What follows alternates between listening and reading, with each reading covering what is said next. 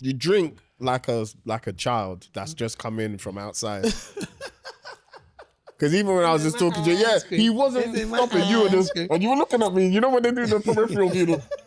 Bro, did you not hear?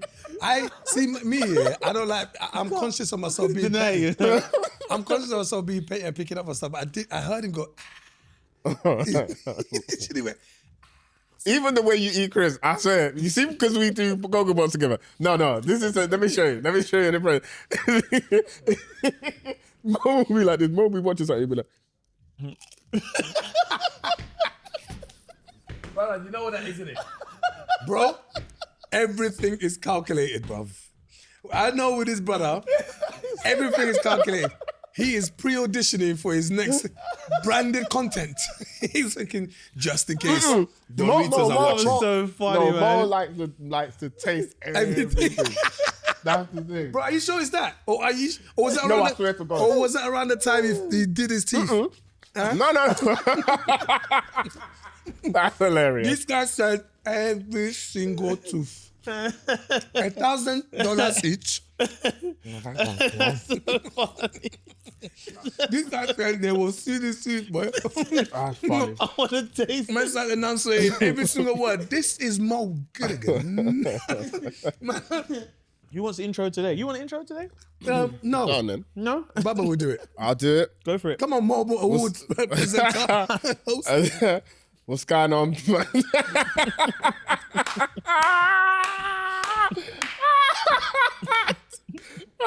Mo, you have it. I don't have it.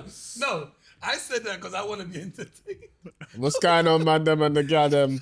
Big up everybody, not inside, but outside, but they are in your yard, so you're inside. This is the Man Like You podcast featuring myself, Man Like Baba. Man like Mo Gilligan. Man like Eddie Kadi. Make sure you get involved in the comments. Let us know what your topic is that you're bringing to the table also. Yes, You know what I'm yes, saying? Because yes. we will get involved in the comments and, well, couple comments, because I know you guys will be thinking, you try and type to us and be like, oh, well, Baba, we don't care about now. No, we do. We do. But just take time in it with the comments. Don't get too mad. Stop threatening our viewers, bro.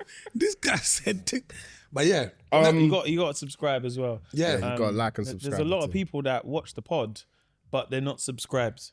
Say subscribed again? Subscribed. What? Subscribed. No, he said it properly. Subscribed. Why are your eyes sleeping like that now? Why are you guys subscribed?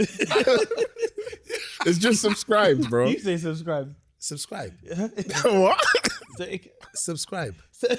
He's trying not to say it with African twang. No. Subscribe. No, but it's that. Subscribe. But subscribe. Subscribe. Subscribe.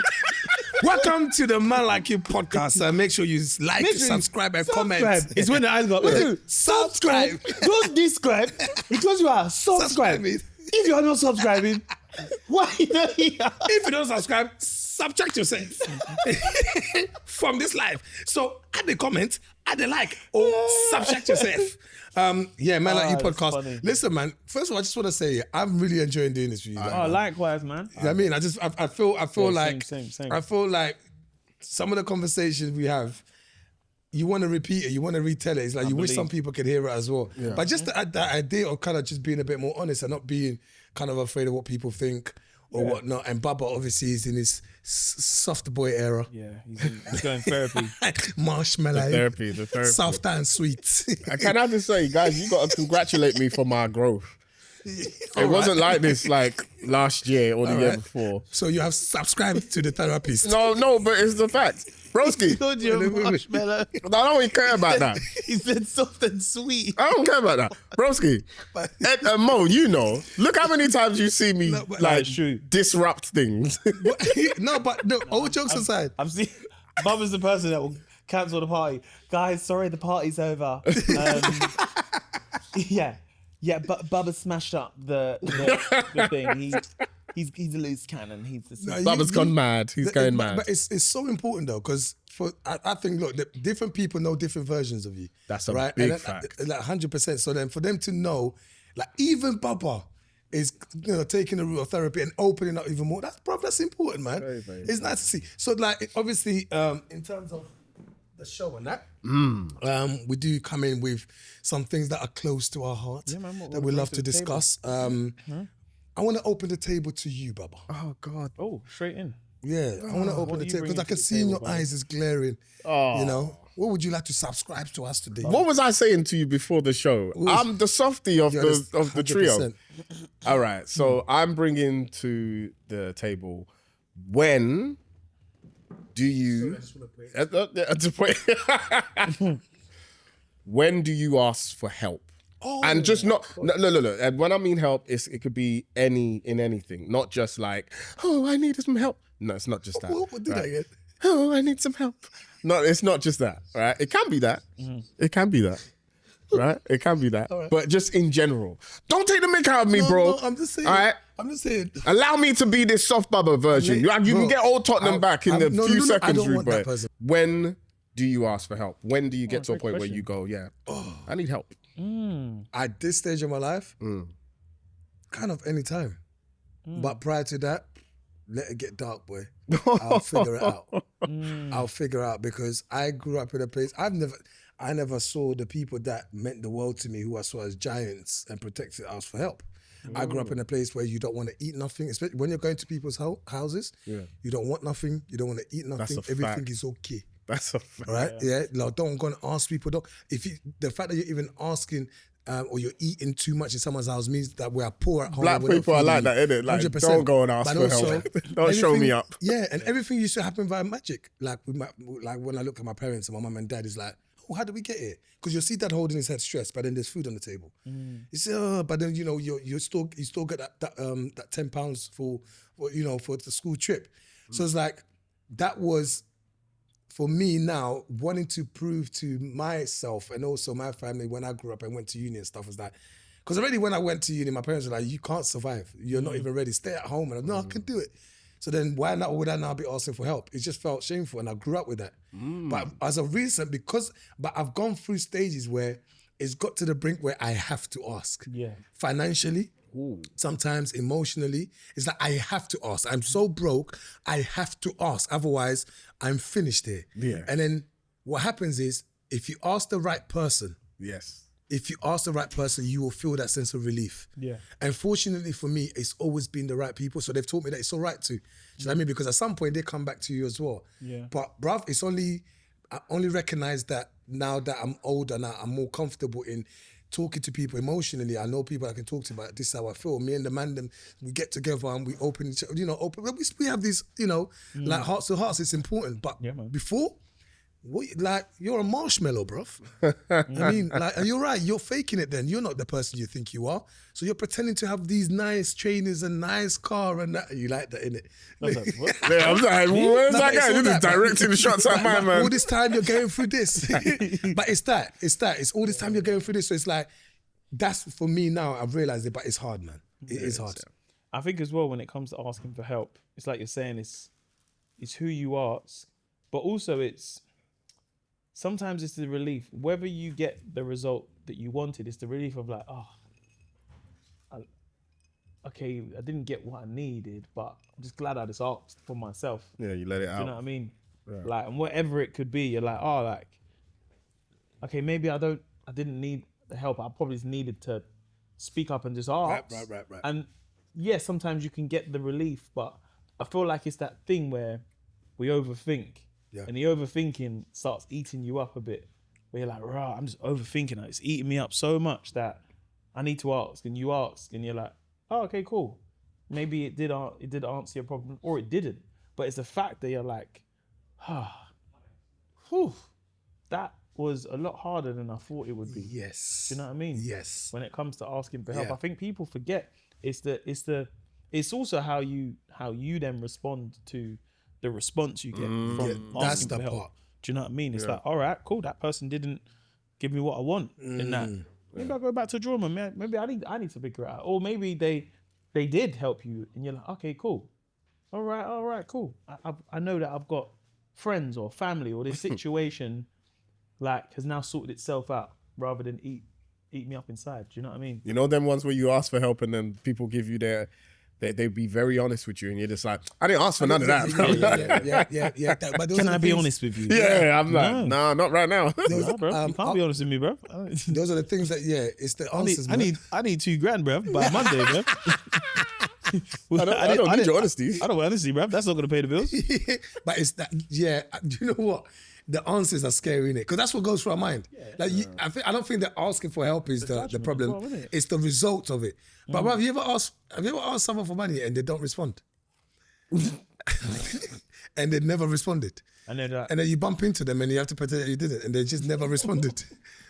Oh, all right, man. But now they're looking at you, you're thinking, like, you just see me naked right now because I'm out here flexing, but you know deep inside I'm Sub-Zero. What was hard for me is I'll ask family members that I live in a house with. Brother, And I'm like making breakfast and I'm sat and I'm like, so these cornflakes are nice, man. Yeah, they are. Yeah, I'm just gonna eat my like, scrambled eggs and Is my pancakes. sister gonna drop me that £20 or no? Maybe okay. blanked. All right, didn't know. She's seen it though. She's definitely seen the text. Blanked. All right, cool. Come on, girls. Jeez. Come on. Man came with the snacks. Hey, The snacks. girl is losing control. Chocolate fingers, you Come know. on. Wow. Get with that Belgian chocolate. I'm so done. I'm actually so done. I'm done with this guy, you know. Look at this man's laughing. No, it's fantastic. I loved it.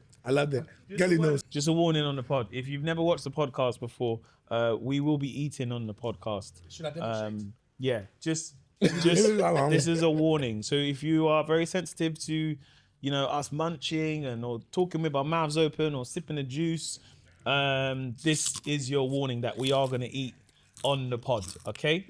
You've all been told. If you're new here, this is what we do. If you've been here before, grab some food. You know what we do. This is how we work on the pod. Make yourself comfy. Yeah. Grab a cup of tea or something, you know what I mean? Some biscuits and that. This will happen. I like a comment. What made you want to bring that to the table? Because recently I had to ask for help when it came to my stand-up. Okay. I had to ask for some serious help because I hit a wall. Real writer's and block. Real writer's block. And it was just like, it's not that things wasn't happening in my life. I just didn't know how to turn that into comedy. Because sometimes I look at my life and I go, where's the funny? You know what I'm saying? Man's paying bills and taking my children to school, like being a proper dad, you know? Like, you know what I'm saying? Going butchers and fishmongers. And I'm like, there ain't nothing funny about this. And then you talk to somebody. I remember I talked to David. Because I phoned him. I was like, brother, I don't know what to say. Right? Yeah. Because I had one of those calls where it was just like, come on. By the way, he's the best. He's the best, bro. He's the best. He's the best. I didn't realize. Let me tell you something. I realized, but the mobile showed me David. Yeah, he's the best. Broski. It was so funny because I asked him, and he could hear the panic in my voice. I was like, brother, I do not know what to do. He was like, bro, I got you. Don't worry about that. See those words? Yeah. And he's so calm with it. But we had a discussion. He was just like, just talk. I'm gonna ask you questions and just explain stuff. And as I started explaining, it dawned on me. I was just like, right, all this time I've been sitting on hot material and I just didn't know it, but I just needed to talk. But I needed to talk to the right person. But it got to, I wasn't going to ask for help. I wasn't going to ask for help at all. But I had I was just going to try. I was going to try like just blag it. I was just, I'll find it in due course. But I had a conversation and it was one of those wake up calls where it was just like, chop, you better get busy. Because, you know what I'm saying? It's around the corner. This thing ain't gonna right itself. And that's when the panic and the fear like set in. And I was just like, I've got to do something that goes against my instinct. And that is ask someone to help me. I wanted to say, even everything you're saying, even the process with David, just sounded like therapy. Do you reckon your recent encounter with therapy helped, like softened your approach to be a bit more open? You know what's so funny about my therapy sessions is I personally joke about the whole softness because my therapy sessions are the opposite. Right. My therapy is more like let it out, all that anger that you got inside you, let it out. And so I laugh at the fact that or the softness, because it's not like that. But that has helped me in terms of being more honest. Because back in the day, you think I'll sit on this couch and tell you guys that I'm out here asking for help and I'm going therapy. Hell no. But it's just made me be more honest, because it's just like I'm confident with it. I don't mind people. What makes it interesting is the help that you don't ask for could be the help that you really need. Yeah. Like, so yeah, for sure. I'll say this now. I'm blessed by just like your regular boys, man, who pull you aside and say, don't do that. You need to do this. And it's like, you need to do this so you can be here. It's like, I see where you're going, Ed. I know you're in this particular position and you need to be in this position. In order for that to be maintained, like for you to go to that next level so you don't waste all this hard work, you got to do this. Stop going here. Start doing more of that. You also need to, like, literally, and it's like, they're almost telling you. And if you take it the wrong way, you're missing out on one of the greatest helps you can ever get. At that point now, it's about your heart, innit? It's actually knowing that if you really think about deep inside, you need help. Because half the time, like, and it could be anything. It could be about relationships. At what point do you decide, okay, I want to settle and I actually want a life that will allow me to move forward? Or I want to stop going to this place. I want to stop encountering, like 100%. But I'm telling you, you are one of them now. All right, because I was about to say, you're there chatting, but me and you, we have discussions. Yeah, he's one of them, innit? All right, then. There's a few people who are like that come to me and say, Ed, all right, like, what's next? What's going on? But the most important thing is the people that are helping you, advising you, they're also living that life. It's the same thing as like, if you're going to ask someone for money, you go to the people that you know, this one looks like this, absolutely smashing it. Yeah. So, Man, I know you got that, man. That convo that I had about stocks last night, I definitely want to smell go. like money. I was literally going to say that. Hey, yo, big man. Let me talk to you for a second. But it's right. So you go to the people that you can see that are able to provide that help. And it's because look, listen, man, like, I don't want to speak for ladies, but ladies with their emotions, listen, with their emotions, they just, I can't take life. Yeah. I need this. They phone their girlfriend, all day long. Gather, come with a glass of wine or a bottle of wine or whatever, and they just talk it out. We spend all day going, I see you. Yeah, I want to be like you. Brother, you don't want to be like me when you grow up. Because right now, I am finished. Don't say that, because if words were the literal meaning of your title, right now, you would be overdrafted. Yeah, and you'd be struggling. And that's the truth. I think, do you know what it is, though? I feel like when we grow up, asking for help is seen as like, oh, you're a pussy, isn't it? Yeah. 100. Like, and I don't know if it's like that in every culture, but it's not really, it's not frowned upon, but to ask for help, it's almost like, it's like weak. Yeah. Fully. Almost. I just remember it from like, when I was young, like growing up, it was always like, man up, innit? It's like, man up. Yeah. Like, and that wasn't a case of, there's other ways that you'd say, oh, like, man up. Like, oh, like, you push me. Oh, man up, you'll be all right, man. You stand back up. But like, asking for help, it's like, it's something, I feel like a shadow that follows you from when you're young until adult life, until you get to an adult. Do you know what I mean? Yeah. Have you ever had to, for both of you, even including myself, within this business that we do, have you ever had to ask? Oh yeah, many times, man. I feel like when I've asked for help, I've definitely been in your situation where I've been stuck. Yeah. And when it's come to me asking help, it's always been making sure when I'm asking for help, how I need to find the way that I articulate the way that I need the help. Yeah. Because if it just comes across of like, okay, I'm finding this difficult, because then it might be met with like, I'll be all right, you've done this before. Right. And I'm like, okay. So you're really specific with what Specific, you're... but I need to then look at myself and say, okay, how do I articulate and really express the way that I need the help that I need for whatever it is? So I think I'm trying to think of a time. I can't think, like script writing, for example. Right. Script writing was the one thing I was like, I'm out my comfort zone. I'm trying to write. I've got it, but it's not together. I need to find a way together. And my thing is that I'm not patient. So, bro, when I've got a script, I'm sending it straight to Polly. What do you think of this, man? Do you like it? Great, cool. Gelly, what's up? And I'm like, oh, I ain't heard nothing. Yeah. Wait. When you say I ain't heard nothing, do you get no response? Yeah. Yeah, that's therapy for me now. Yeah. I understand. Because I assumed. So now I know. But if I get no response, it means get away. Do you know what it is, yeah? I think it's that thing where good. What it is because for myself, I'm so used to instant gratification. I'm used to saying the joke, haha, you liked it. You liked it, yeah. Do the TV show, what they saying on Twitter. All right, that's cool. Do a video.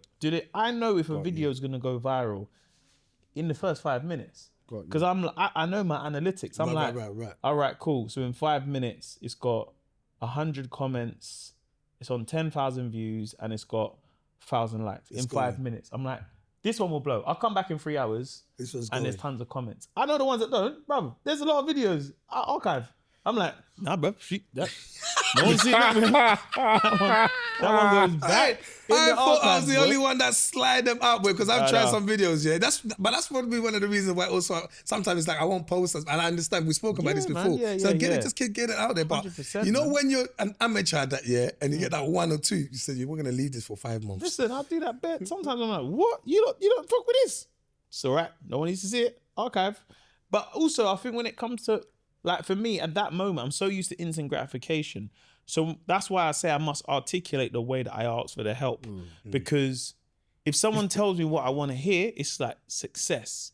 If someone tells me something I don't want to hear, it's like, have I articulated this in the way that I should have when I was asking for help? Because this wasn't the reaction I needed. Or I didn't get the response that I feel like I was due. But sometimes I guess it's just taking myself away and saying, okay, cool. I didn't see it from that point of view. I didn't look at it from that angle. And I think that's where I have my self-reflection and I'm like, okay, cool. Maybe I need to do this. It's like you're saying with comedy, when you have to like pull up your socks and you're like, all right, cool.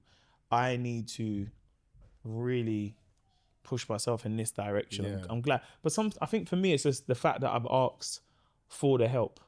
Like, whether I get the response I want or not. But the fact that you're able to do it. But the fact that I got it out. It's a task, isn't it? Is where I'm like, finally. Yeah, right. Do you know what I mean? Go on, bro. No, I was just going to say, because I think for, outsiders, people looking in at, all three of us and, all separately, they'll probably think to themselves that, because of the end result, which is the laughs and how it looks on social media or on TV, they might think, this is pretty easy. And it's just like, nah, it's not. Well, that's what I was thinking. Because so it brings me back to when we did the first, I think it was the first O2, Mo and Friends. And you remember we were rehearsing downstairs with the composers. Yeah.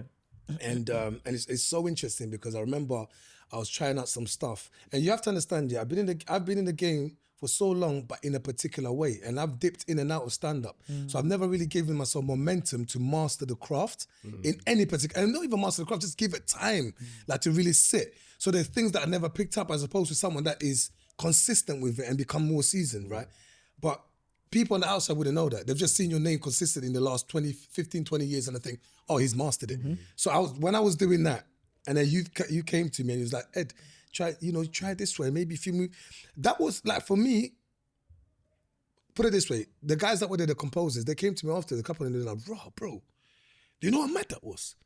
That I'm watching Mo giving you advice and Ed, you was just taking it. Because certain man would just be like, big man, like, it's cool and I've got this. Yeah. But it's because they looked at it from a point of view, like you were saying, Baba, they just think we just got things easy. We're pros at these things. But actually, the most important thing is to recognize that the best help comes from the people you recognize the help from. Yeah. Like when you came and you did that, I'm looking and saying, this is my bro who has been smashing it consistently recently on such a level. And we're about to perform in front of that level, it's been a long time for me. Who else should I go to? And thank God it even comes this easily. But I think like recognizing help is a hard thing for people, man. It's something I hit hard because it's sometimes it's something that's, like close to your chest. Like I said before, for me, I know my shortcomings. Brother, we go to sleep and I know the things I need to do in life. Yeah. And I brush it off. And if someone now looks at it goes, I know, you want to fight them the first thing. You want to go, I'm all right. Yeah. Who do you think you are? Like, kind of thing. But the moment that I've learned to go, let me listen. Let me just listen. Yeah. And the moment I can listen is such a big achievement for me because I do grow straight away. I think also as we're all three stand-up comics, so I feel like we are also programmed to look at help, especially when it gets given to us and we didn't ask. And someone's like, oh, like, I think you should do that with that. Yeah. And you're like, yeah, I'm used to just doing this by myself. I go on stage and I craft it. Big time. And you got to remember, it's only, like just for any of the viewers watching, the person we're talking about to, he's a writer. So I work with David. Absolutely. Babatunde works with David. He works on a host of television shows, just to give a bit more context.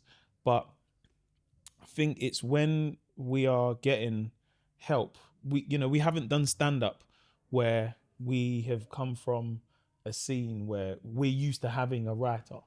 Do you know what I mean? That's right. Or having someone even like, oh yeah, like this person produced my hour and da-da-da-da. You're like, nah, in our scene, it's like... I didn't think that was a thing for a long time. Until I would watch the credits of maybe a special and I'm like, oh, wow, that big person had like 3-4 writers on that. Oh, okay, cool. How does that work? Yeah. And then it's interesting to see how other people use writers, or because some people, it's like I again with me and David work. It's like he's got his way of work, I've got my way of working. David would have his notepad and his iPad, and again we're like yin and yang. I'm like, yeah, this joke's gonna bang, and he's like, I would take that out, and I'm like, well, I'm gonna try it. We'll see. And then we come back together. I'm like, yeah, that one didn't work. Yeah. But so we have a way of working, but also a way that he can say, bro, I would just cut that bit out because you don't really need that. It's a bit crude and like, so he helps me in a way where I'm like, I fucking didn't see that. Or might help me and like, you should do that bit again. That bit worked, And everyone's different with a writer, but I think when we all first started comedy, it would feel like, what? A writer? A writer, yeah. I'm writing your joke, bro. It's like rapping it, it's just like, I ain't having no ghostwriter on my The closest I came to that, I remember Angela Martin, it must have been about 2011. That's the first encounter that I had when she looked at me, she said, you are incredibly talented. I love listening to you, but you just chat. And when you get tired, you stop. And that's not how we're going to do this. And I deep inside, I thought, Auntie, who are you talking to? But she was right. Angie showed me how to put a good 5, 10, 15, solid, like reveals, setup. Why is your brother like this? And why are you talking about him like this? What are you going to say about your brother later on? That's too much information here. Hold that. So that becomes a punchline. But like, that was the earliest moment for me to go, oh my God. And it helped in the structure. But even then, that was the base, right? And recently, like with this tour, it's like my first official tour. So when I sat down and I started writing and even started doing the work in progress, but the first work in progress you came to watch. Yeah. And I watched how Baba did it and how I was doing it. Baba was interacting with the crowd. Baba was like, that's not funny, is it?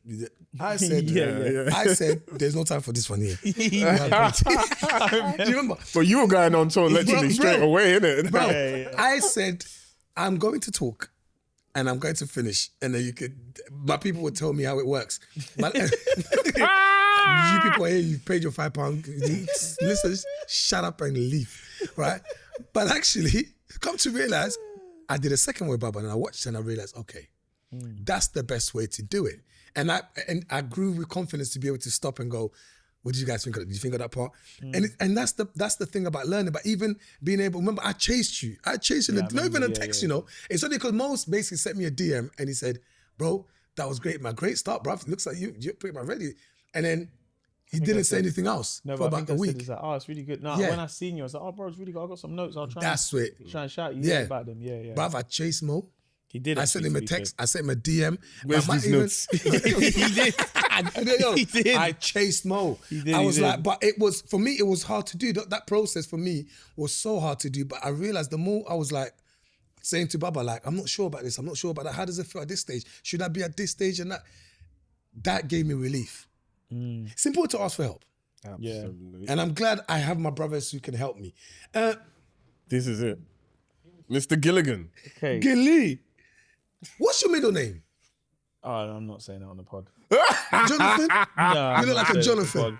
A Jonathan. Remember his dad's a Rasta, Boy, probably Mo Naya Bingi Gilligan, boy. Mo Buju Farai.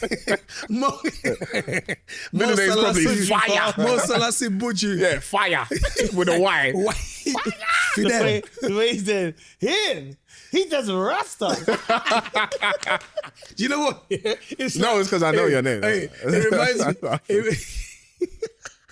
It reminds me of when he leaned to you the other time and he went, Mo, he's an immigrant.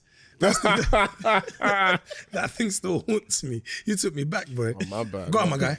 It's safe to say that like raving culture is dead in terms of like going out at night time is dead. Oh man. But do you think like, and the only reason why I bring this up is I think like our mutual friend Taser brought this up on one of his stories where he said about how, you know, in terms of like he's someone who's successful with events, and he was bringing up something about, you know, is that are some people getting bored of going out in general, whether it's like not just predominantly his event but just in general, like.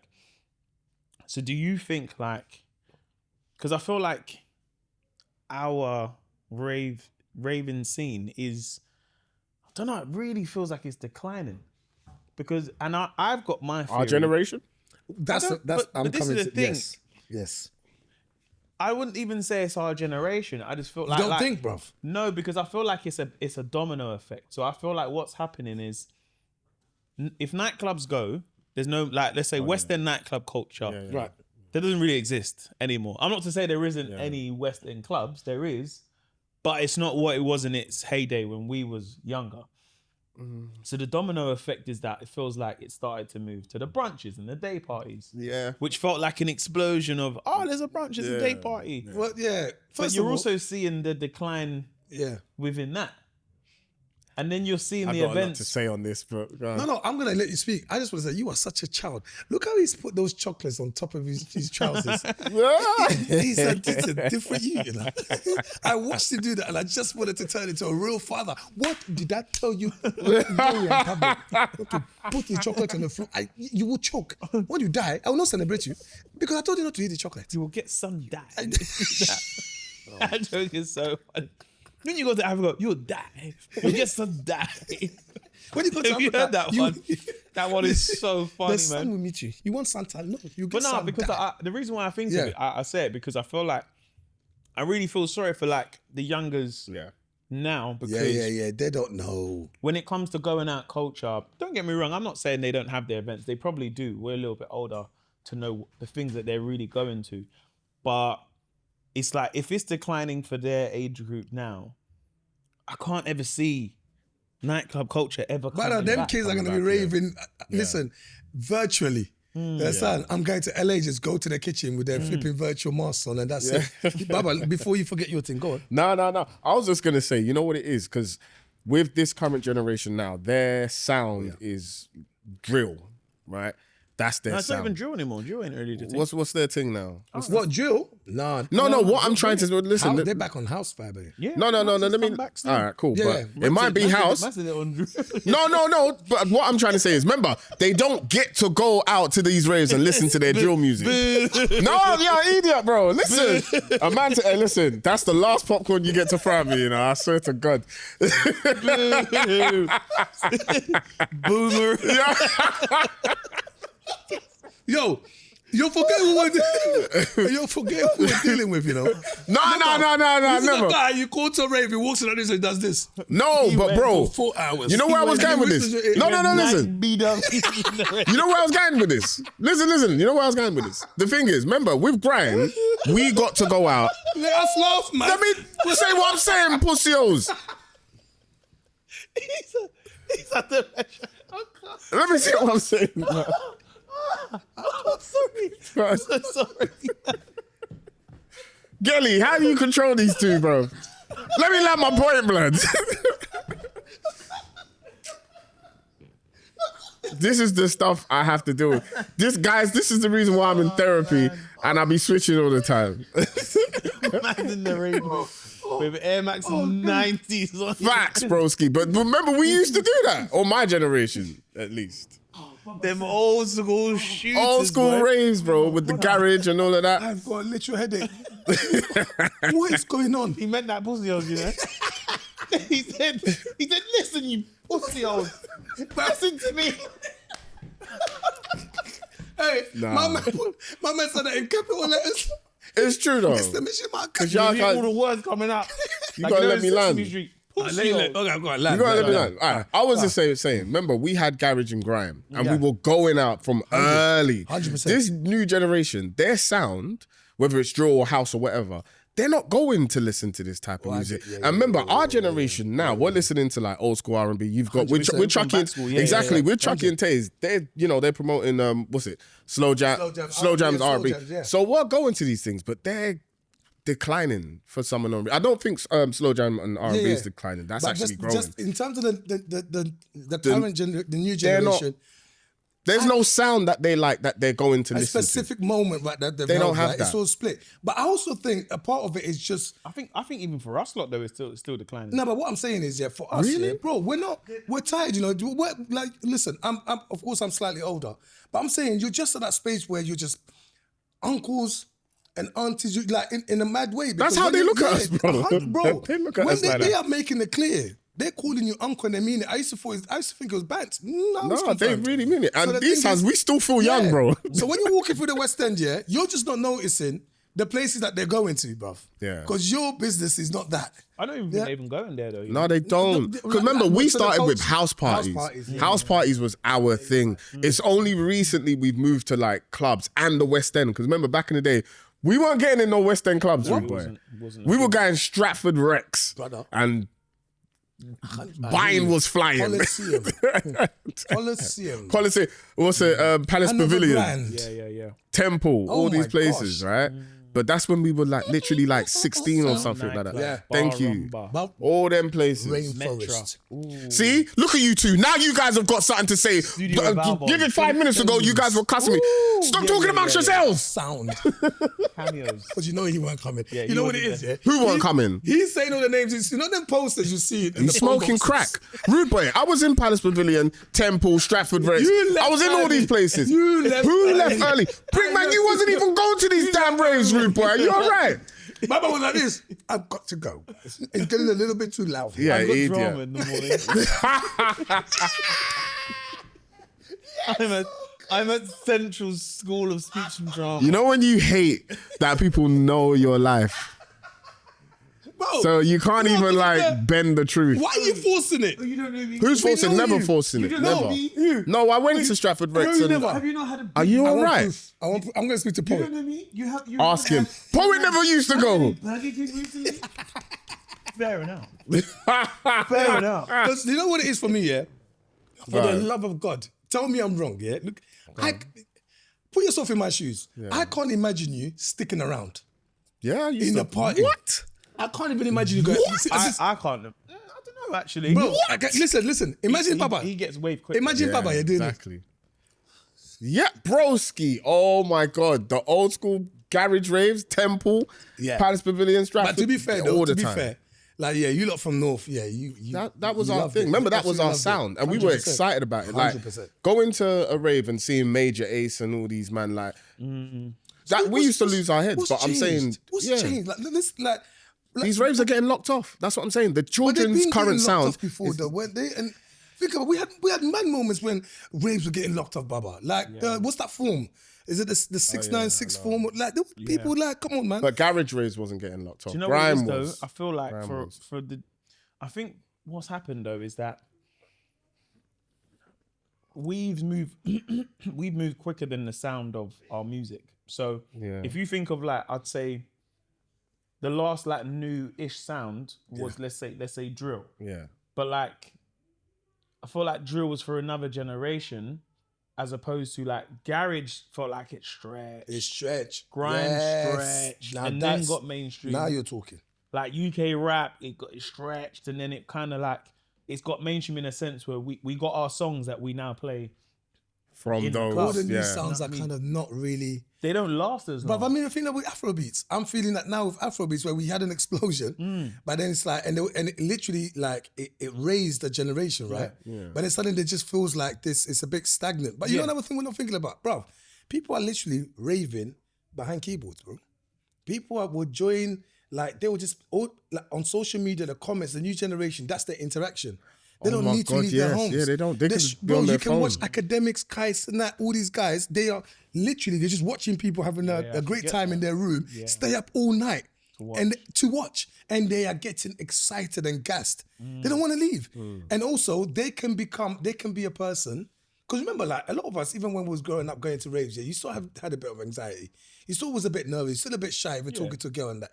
So now they don't have to do that. They can be a different persona, full of confidence behind the keyboards, and be part of this thing that they're all slewing one man. Well, broski, remember during the pandemic, verses? The early verses. Bro, and why would I leave my house? Why would I don't need to. That's another point though. COVID would have effect. Come on, man. A lot of people just, I don't need to leave my house. Some people probably ain't left now.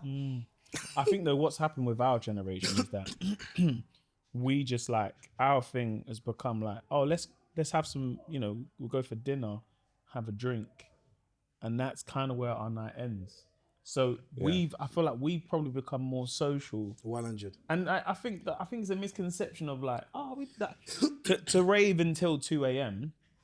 is, the thought of it is tiring. But if we say, 100%. Cool, let's go for some food, then let's go and grab a drink. It's a different. Let's go to this bar where they're playing music. We're doing it in stages. Yeah. Whereas before, it's like, get to the club 11. What are we doing from 11 till 3? Or sometimes why are we in there for 4, bro? so long? Sometimes Can I 4. quickly say something? Yeah. You have some cheek in saying all of this. Why? You know why? Because of your parties that you throw. You're the wrong messenger. No. I'm going to whack that out of your hand because I should even slap you as well. But you have some damn cheek. After all these braves you've been throwing. Let it out, Baba. Let it out. This is what we're here for. Let it out. Go on, Marshmallow. Can I say to my defense? Can I say to my defense though? The only reason why I started doing some of my own because you events, love it, Mo. No. Don't give me something. I do love it. They were great Absolutely raves. love They it. were great. Sensational raves. Sensational I raves. absolutely love it. I'm telling you. You had me partying in a blazer and I wanted to rip the buttons off. Man had us dressed up in all old school garments. Remember that one? Continue. Which one was that one? The 80s. Mo, yeah. We're going to come back to your Fancy CV, but continue. Say what you're going to say. But the only reason why I started doing my own ones is because one, it was like, okay, cool. I want to put on like some cool events for my friends. Right. Like, I want, going to the BAFTAs the first time in 2019, I was like, right, there's no after party. So I was like, I would love to do an after party. The one is Soho House. Soho House. It's Big Zoo and that. Was that one or the one before that? Yeah. Was that the one? The first one we done. Ooh. That was crazy. Yeah, that one. Brother? Yeah, that one. Mo, there was a lot of food. That one, that's the bit that shocked me. I remember saying, my boy has made it. And let me tell you, there's a bit where I walked here, and I think you was backstage with the lady that was organizing. I can't remember her name. Ola, right? Ola was working, I think, on the side of the summer. Big up Ola, man. That's her sister. So I said, where's Mo? Oh, he's back here. And I walk into the room, and you were sitting just like this, with your black trousers and the white shirt and the bow tie. And I looked at you. And then outside, I can't like, he's got to do it. No, don't get You know man had to take a break during the party. Man's just sitting in the room You're like, allowed to turn red at this point. Mo, you looked, stunning, number one. But outside there, people are raving. Everyone's waiting for that moment where we can sit. But you sat there and Ola's like, just briefing you, what might be coming up with this. I said, you know what? I need this moment. I still got the video. And I just sat next to you. You don't even know. I just sat next to you. I gave Ola the phone. I said, film us. This one. I said, what are you talking about? Film us. I said, film. I gave her the phone. I said, this one will make the internet. And this guy's like half drunk. She's got the phone. No, this is when the party didn't start. Okay. So got he's you. looking Chris. I'm not gonna lie to you. Yeah. So then the filmer. So she put the phone, and then I just, oh my God. I said, cut the camera. Give me my phone. And I said, Mo, see outside? It is insane. It was I will insane. never, the joy, man. No, I remember it. Insane. But you know what it was? I think doing that, was my idea of like, when I bring all my people together, because you got to remember, there's people that it's like I've known for years. Yeah. There's people that I'm like, but I also wanted to have a party that was like, there's people that are part of this scene that are in front of the camera behind. We need to just celebrate each other, man. It's not even about the BAFTAs or who won or who didn't. It was like, we need to be in the same spaces more often. So people can be like, oh, what's good? I ain't seen you in time. Or, oh, well, how you been, man? Yeah. And everyone who is a part of what we're able to do can be in that room and enjoy it at the same time. And that was the light bulb moment where I was like, I want to, okay, what else can I do now with this? So then doing another one the following year. But when I got to do the Brits, let me tell you something. That party was mental. Wait, party. did I make that one? Yeah. The Brits one, that was in King's Cross. Yeah. King's Cross. Upstairs, the stand.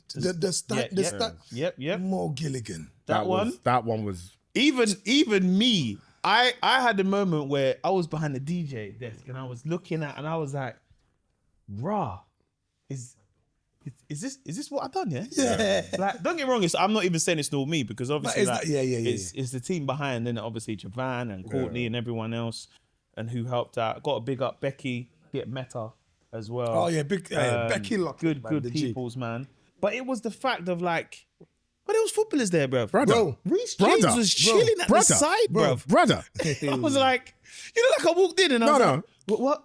Wow, really? No, bro, I don't think you understand, because you know what I'm like at your parties. There were celebs there. The bare celebs, but I always forget about it, because you know when it's a good party when I start wheeling up every single track. Bro. This guy and the wheel. And then I come off the stage and then I'm seeing man like Anthony Yard and these man and that man. I'm like, okay, I'm embarrassing myself right now.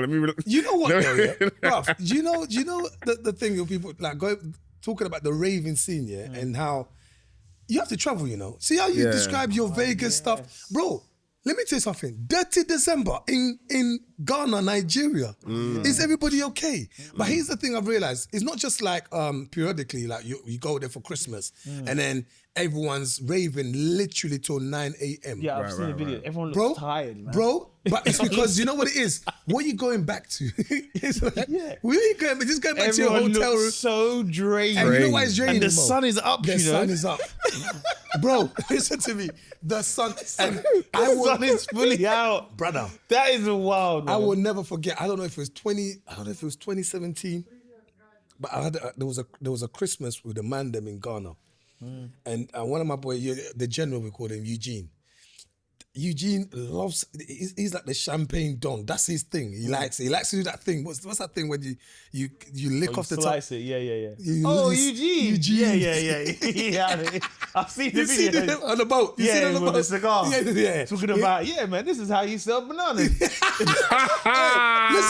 don't play with that boy in agriculture. No. He's got that a lot. He's now. I really watch his videos. He's a Ghanaian David Attenborough now, David Attenborough. Yeah. But like the thing is, we were all out that year, Attenborough now. we were out that year, bruv, all the man them, and I'll never forget this one particular party. It's like a place called Sandbox. It's right by the beach, and it'll go until like 8 a.m. But like, you know when you have that moment where it's just the man them have got the middle table, and I looked, and like we're all there, all our boys. Yeah, and I looked at Eugene's eyes, and we know the general when he flicks and he goes, I think it's about that time, boys, that we're ready to crank it up. And let me tell you something. Yeah, this is what Eugene loves doing. This is his signature. In Africa, Eugene's a chairman. Yeah. And he's an old guy at the top. He'll do this. When he does that, remember, I don't drink alcohol at all, and I'm gassed. Yeah, and he's like. And they start bringing. They'll bring more and more. And the band them are losing control. The music is pumping. And all you're looking at, you look up, there's no better feeling than looking up and just seeing the sky, bruv. Oh, yeah. What? And and you know, you look at the time and it's 2 a.m. Yep. But you know, you're not leaving that place till at least 6. Wow. Like, but this is on Christmas, right? But if you go to Ghana on a regular Wednesday in April, bro, they're doing the same thing. Yeah, wow. They are doing this. So I don't know if it's culture in the UK that was going. I don't know if the sun makes a difference. But in Africa, people are raving like mad every day, regardless. I think people are raving over here, but it's a different type of raving because I think all over this country, again, it's a different type of raving or a different kind of celebration. Because you go past any pub on a Friday, Saturday night, and it's kicking off in there. You can hear the karaoke in there, and it is going mad in there. So sometimes I am by myself. And I can't matter. They love that song, you know. They love that battery. You know, I think it's interesting. I think now with like especially that whole going out culture, it's like you're saying. I think we as Londoners, and I know this pod, everyone listens to it in different places of the world, but we're in such a bubble that I guess it's similar to some of those other cities that I've been to that are major cities where there's always something going on. Do you know what I mean? If you go to New York, there's always something going on. 100%. So nightlife culture isn't as dominant as it used to be. Because now there's this little something, or there's like a party of someone you should know about. And it's like, oh, you don't know about that party. And you're like, bro, what was that? Oh, that's that one. And I feel like that's what's happened. In the major cities, it's broke off into like the more cultures of like, subcultures. There's like a DJ playing and we all need to go. I think with social media, we're just more aware. We are aware of, sometimes you go, I don't want to rave in the UK because I've seen what's going on in Madrid. Do you know what I mean? I see what's happening in Vegas. I don't, like, because you can see it. It's not like it's rumors, like, do you know? And then you experience it once, you kind of come back, you're like, because a lot of the people that used to rave here, that's all you did was just tour the West End. And some clubs in the ends. You weren't really leaving the country like that. So now when you leave the country, you come back, you know, I know that attitude. I'm not gonna lie, when we come back from like Ghana or South Africa or Nigeria, like you come back, you go, oh bro, I don't want to rap. They're not gonna see me till May. It's that kind of vibe. But anyway, so I have something. That's great. My chest. I have something. Guys, I want to talk about broken hearts. Wow. Yeah, I do. Throwback. I want to talk about broken hearts. It might not even be a throwback. It might be recent, you know? What way to change the tone? Yeah, crazy, isn't it? Yeah. I think we got some healing. About slicing bottles, but broken hearts. But bruv, when was the last time you cried? A lot of the man them in them raves, that are having a great time, someone's broken their heart, you know? No, you know what it is for me? No, it's true though. People that are doing too much. Oh, 100%. Bottles, they're going through something. They're going through something. Them lot and people in the gym. Thank you, sir. Bro, no, but it's true though. People in the gym. Man not doing it for their But I mean people in the gym that are doing the videos, they're doing, it's like, relax. It's enough. It's enough. Like, so I'm getting on a bit. I'm getting on a bit. So my thought process, I have a daughter, right? And when I look at my daughter, even when I pick her up from school, so do you have like literally today I picked her up from school and she lost her cardigan, but she had a little tears. I could see, you can spot your child. She looks sad because they're usually in the group outside and then they'll see their parents and they'll run. That's the routine for my child. If she sees me, Daddy, she makes a scene. But she just got up like I was some deadbeat father, bruv. And just walked towards me. She had a little, I said, what's wrong? And then the teacher's like, oh, she's lost her cardigan. Blah, blah, and she's like, start crying. I can't find my cardigan. It's a big deal to her, right? But straight away, my whole thing is I just want to wipe her tears. I mean, I'm kind of looked at the teacher almost like, why she lost it? Why have you not found her cardigan all this time? But it happens often where every time, if it's not because she's pissed me off, but she just feels sad for something. Like on my birthday, she cried because she said she doesn't know what to buy me. She hasn't got any money to buy me, so she started crying. But my instant thing is, I just want to stop her from crying, right? I always think, what happens when I'm not there, and she's crying? Who's going to stop her from crying? And more so, those heartbreaks, bruv. Because I'm not going to lie to you, I've broken some hearts. And I've seen these girls cry. I have. And it's, look, my heart's been broken too, bruv. I was about to say. But like, let's keep it real. But I'm going to talk about from my point of view. I've seen these girls crying and I think, that's someone's daughter, you know? And wait. Other than thinking that, what do you do when they're crying? What do you do? What do you mean when the girls cry? There's nothing you can, because you're like, it's done. Yeah. And then you're trying to, but sometimes it's like you're trying to explain to them it is, and like, you know you messed up. Well, don't. Don't. Right? But my point is though, I look at it and I think, oh my gosh, like, what's going to happen if something like that happens to her, How will she be treated? Like, but then for me, I know what it feels like to have a broken heart, big man. Yeah. And as men, we can't, I think girls think we can handle it. We can't handle it. I've had my heart broken, bruv. And listen, for me to trust somebody else, to even take them seriously, wahala, problem. To speak about broken hearts, well, back in the day, I just used to listen to like Drew Hill. Somebody sleeping in my bed. I put on like Brian McKnight, Drew Hill, Joe, and all these, and I'll just sit there, just Brother. wishing that I get the Man said, relationship tell back. me what you want. What? Baba stayed there with tears coming down. He's like, Yeah, all of tell that, bro. me. Yeah, no, bro, it's a thing because, like, Mo, you someone bust your heart? I don't know if I've been like broken hearted though. Like, Your ego's been shattered.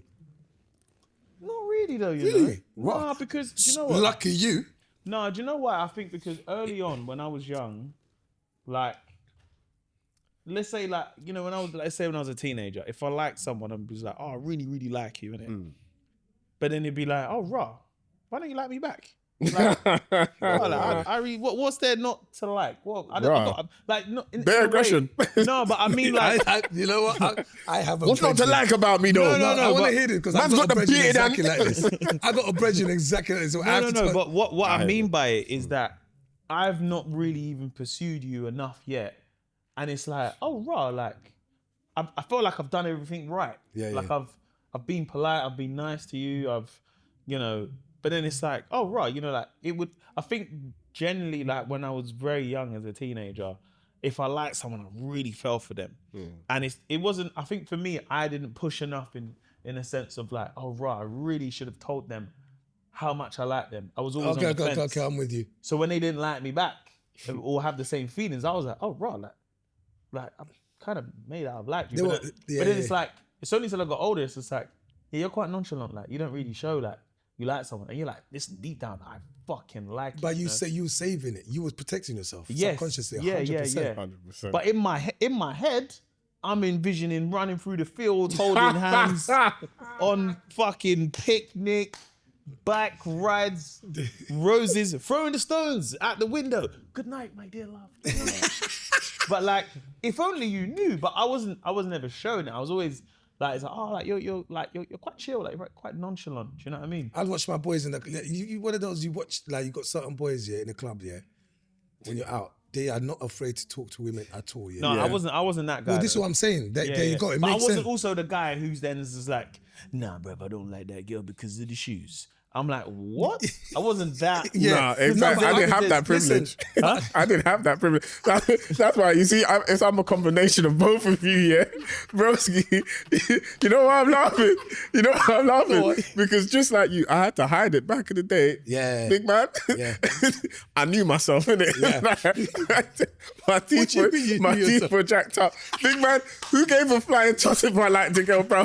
Keep that shit to yourself. Yeah, bro. Do you know what it is? Yeah. Yeah. Rejection, man. Yeah, bro. Rejection. So that's what I'm saying. I Like, just had to let that one. There was certain man that in their world, they can get anyone they wanted, Yeah. right? But also, no, even if they got rejected, it's like on to the next one. Yeah. So, but you watch them in action if you're out. It could be in a rave, it could be in a party, it could be at a wedding, for goodness sake.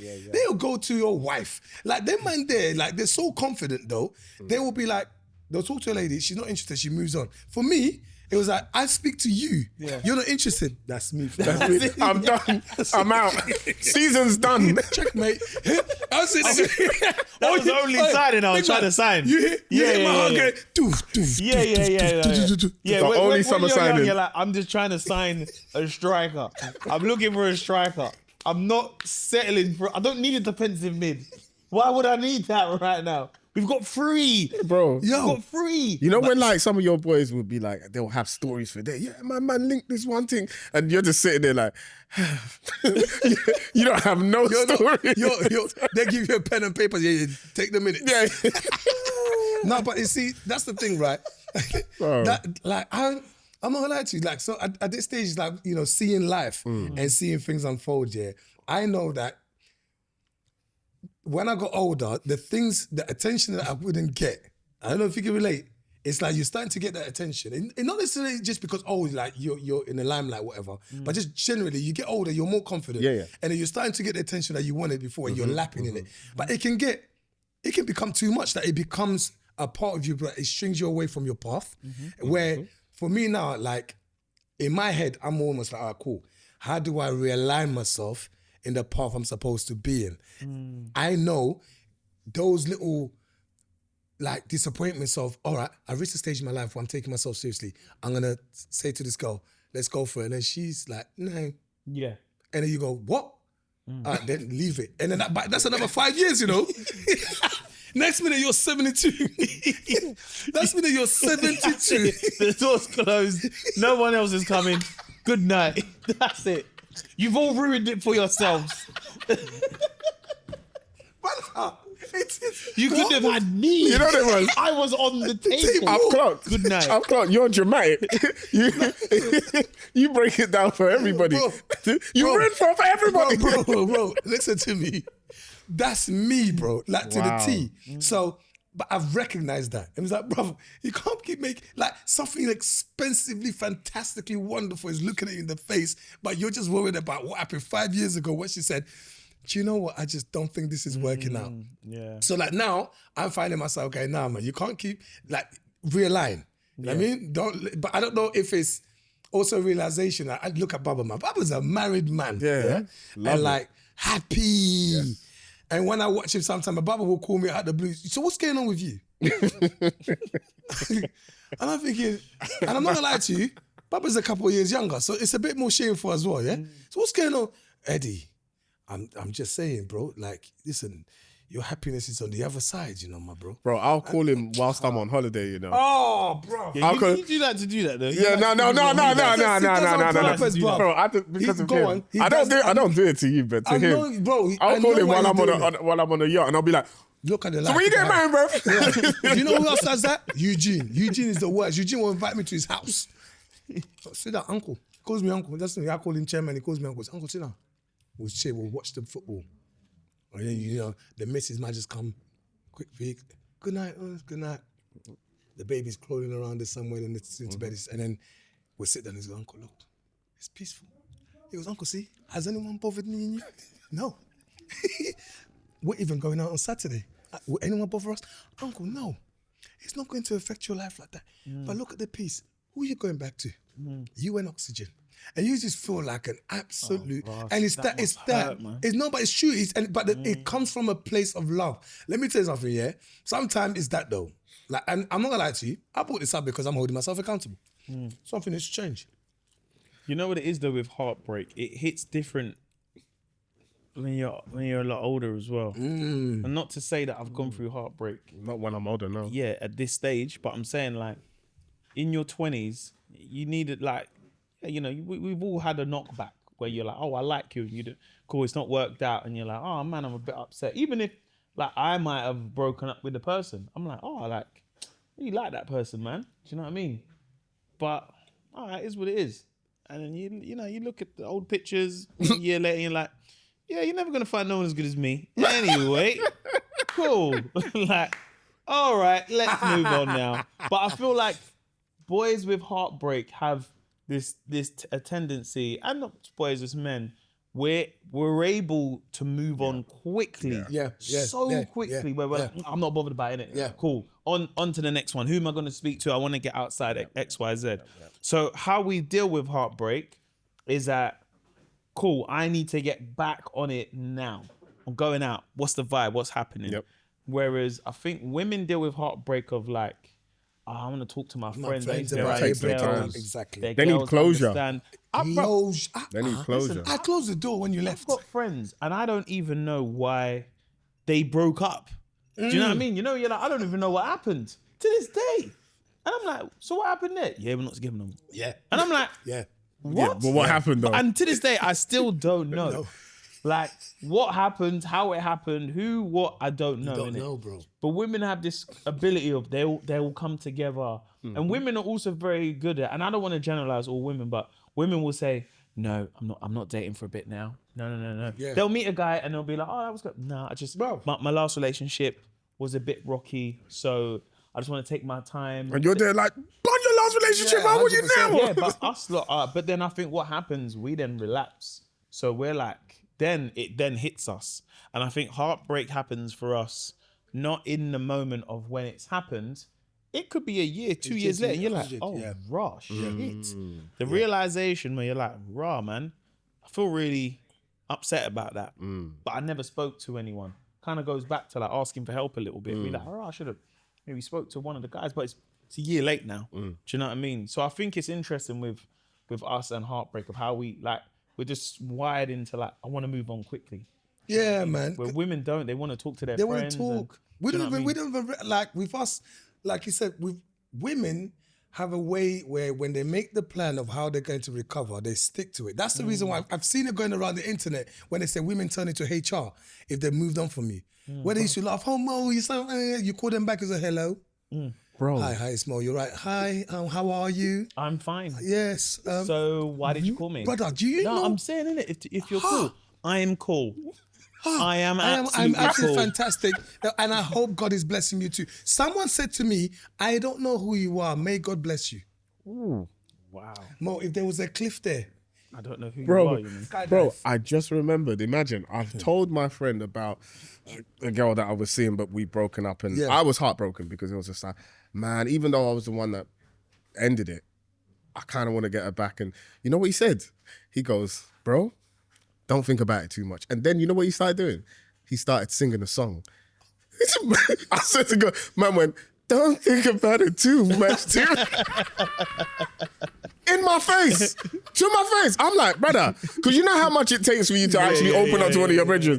Man sang the song to me, bro. Bro, I need to be for work. Yes, bro. I didn't speak to him for a month. I was like, why would you do You that? need to know your brethren, bruv. You need to know your That's friends. something I would have done. No, This bro, was no, a but say- my say point it to is, the wrong man, guy. them don't take it serious. No, we don't know, but I think that's the thing with don't. we're so good at diffusing everything with humor, but sometimes That helps. I feel like that does helps. need for a bit of heartbreak where you're like, all right, cool. Yeah, you're Like, burying it, man. I needed that as a bounce back. Yeah, it's pissed me off, but it's like I Your needed boys that as a help bounce. lift you up, Yeah, innit? it's like the way we're able to uplift each other, and I think that is our version of how women will have like, let's have a glass of wine, let's chat, Yeah. and then your friends will be like, brother, fuck all that, bruv. Brother, let's go fucking IB for next week, bruv. Bruv, come outside, let's get some juice, get some food. You get me? Let's go outside, bruv. And before you know it, you're like, yeah, I am gonna go outside. I'll be honest with you. Yeah. That used to work. This stage of life, let me not lie to myself. That ain't working. No, but It's like. But also for you, Yeah. For you, for the stage that you're at? At this you know stage why? now, it's you know like, what it is though? Yeah. I think you're at a stage now where it's just that I think it's in stages. The earlier stage is where the guys are about, we can do this as da-da-da-da. Now you're in the stage where you're like, okay, cool, I kind of want to talk to someone about, like, I really like that person. And maybe I fucked it up, or, oh man, it's like she just wasn't ready and stuff. And even one step further is because everyone I'm going to have someone. And their response is all the same. But Fix also, up. don't forget, but don't forget, you're confining Yeah. in your friends. Yeah. And your friends are telling their wife. So now you got your brethren and his wife being like, Eddie, What? what's going on? Why did you fuck the woman, Eddie? And you're like, how do you fucking know this, man? Why did you fucking tell her, bro? Mo, I didn't tell you. Let me tell you this. Let me tell you this. What you've just said, spot on. I was at my friend's wedding, Malta. He got married in Malta. All chilling rooftop. You didn't know who they are. We're all chilling rooftop, whatever. And everyone's having a good time. So, like the post-wedding, like little get-together, right? Everyone's there with their missus. And a couple of us haven't got a missus. Well, I'm one of them. But I'm Eddie, innit? Yeah, cool. So then we're talking about how great Malta is with the man. Then was like, look, usually, we'll go on our holidays and stuff. It's like, bro, we should all come back here. Like, next time, guys, our next trip as Mandem. One of my boys' wife said, you and whose husband, Eddie? Excuse me, she goes, I think you need to find yourself someone to make these plans with, and then we can reconvene. Let me tell you, my pancreas went up to where my heart was. My heart went to where my anus was. My heart dropped out of my anus, and I wanted to follow it. Bruv, I felt like a piece of crab. I'm telling you, but that's what I mean about when you get to a stage where your environment is saying, you're the missing puzzle. Do you feel pressured? No. Okay. I don't feel pressured. I feel it's funny. Yeah. I feel fulfillment.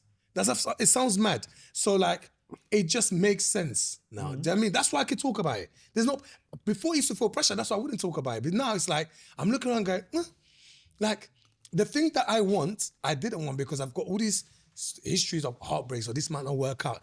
If I go for this person, maybe that person I'm missing out on. That's the reality. It should be this person. But I've come to realize, actually, no, you've seen enough, Ed. Like, you've seen enough, and you've seen enough examples of how it could be. So congrats to you, stupid idiot. Yeah, I think you're at a stage now where... I like the fact you're saying that with your legs crossed. You're too serious with it. No, but... It's like I have to believe you because you're trying doing to unlock my legs in with that He slap. did. He were working. He said, I think you're at a stage. All that MMA. You know what? Every time he says it like this, yeah, I believe everything, No, Most I think you're a dickhead. Yes. No, I'm but a you know what dickhead. it is, Ed, yeah? Yeah. Is that heartache for you now. So whether you're going through heartbreak, is at the stage where you're getting, your friend and his wife console you. Yeah. Which that doesn't happen in your early 20s. Because you're like, now you're getting husband and wife. He's going home and he's like, oh man, you've got the wedding coming up and, Yeah, who's he going to come bring with? anyone, like, but he wants to. Heartbreak, you probably feel it more probably now in the stage of your life where you are now. Like if any of us now, God forbid, was like, okay, cool. To now restart and get back on the ladder, it would feel worse for us. Yeah. Do you know what I mean? Yeah. Because now you're I'm at a with you. stage where you're like, okay, cool. The dating pool is different now. The energy. The people are in different stages of their life. You're now meeting people and your mentality of like, well, I want to meet someone and they've got a job and no children. They're like, nah, bro, I'm meeting people in the era now where they've got a good job and they've got kids and everything else. So when you are meeting your heartbreak, it's almost like, that could be the one, because the people you're meeting now aren't the people you're like, this is just that, okay, cool. It is probably a level of like, man, I kind of envision that. Yeah. As opposed to, you don't think that in your 20s. When you meet someone, you're like, it is what it is. We'll see how it goes. But I didn't think that was the person I was going to marry. I didn't think that's what I was going to have kids with. But later on down the line, because of the time, you're like, well, time is ticking on. And everyone around me, you're like, maybe that would have been the one.